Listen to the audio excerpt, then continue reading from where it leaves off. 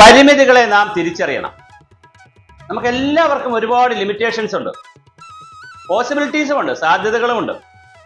സാധ്യതകളെ പോലെ തന്നെ പരിമിതികളെ നാം തിരിച്ചറിയുമ്പോഴാണ് ആ പരിമിതികളെ കൂടി നമുക്ക് സാധ്യതകളാക്കാൻ പറ്റും.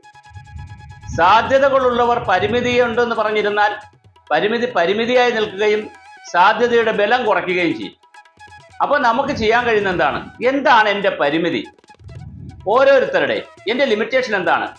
ചിലർക്ക് ഭാഷ ഉപയോഗിക്കാൻ ലിമിറ്റേഷൻ കാണും. എഴുതാൻ അറിയില്ല, വായിക്കാൻ എഴുതാനും അറിയാമെങ്കിൽ പറയാൻ അറിയില്ല ഫ്ലുവൻസ് ആയിട്ട്. ചിലർക്കാണെങ്കിൽ മറ്റ് സാമ്പത്തികം ഉണ്ടാക്കാൻ അറിയില്ല, ചിലർക്ക് സാമ്പത്തികം ഉണ്ടാക്കിയാൽ അത് സംരക്ഷിക്കാൻ അറിയില്ല, ചിലർക്ക് സ്നേഹം കൊടുക്കാൻ അറിയില്ല, ചിലർക്ക് സ്നേഹം കിട്ടിയാലും അത് മനസ്സിലാവില്ല.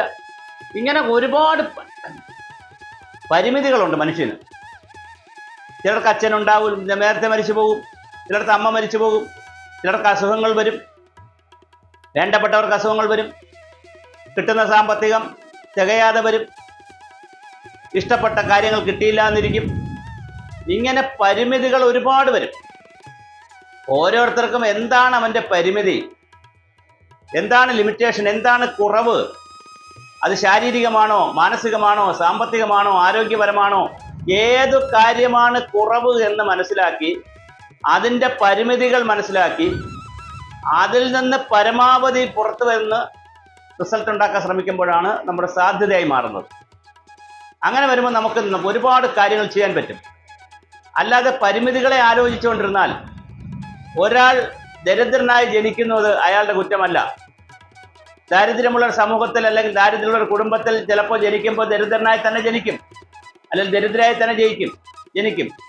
പക്ഷെ ദരിദ്രയായി മരിച്ചു പോകുന്നു എന്ന് പറഞ്ഞാൽ അത് സുഖകരമല്ലല്ലോ. കാരണം നമ്മുടെ ചുറ്റും ഒരുക്കി തന്നിരിക്കുന്ന സാഹചര്യങ്ങളെ നാം കാണാതെ പോകുമ്പോഴാണ് അങ്ങനെ വരുന്നത്.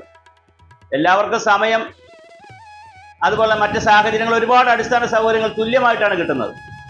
അത് പണ്ഡിതനും പാമരനും എല്ലാവർക്കും തുല്യമാണ് സമയം പോലുള്ള കാര്യങ്ങൾ. ഐക്യുവിൽ ഭയങ്കര വ്യത്യാസമില്ല.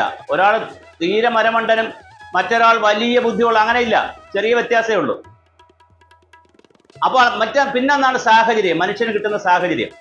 ഓരോ സാഹചര്യത്തെയും എങ്ങനെയാണ് നമ്മൾ പ്രയോജനപ്പെടുത്തുന്നത്? അങ്ങനെ പ്രയോജനപ്പെടുത്തുമ്പോൾ നമ്മുടെ പരിമിതികളെക്കുറിച്ച് നാം ആദ്യം തിരിച്ചറിയുക.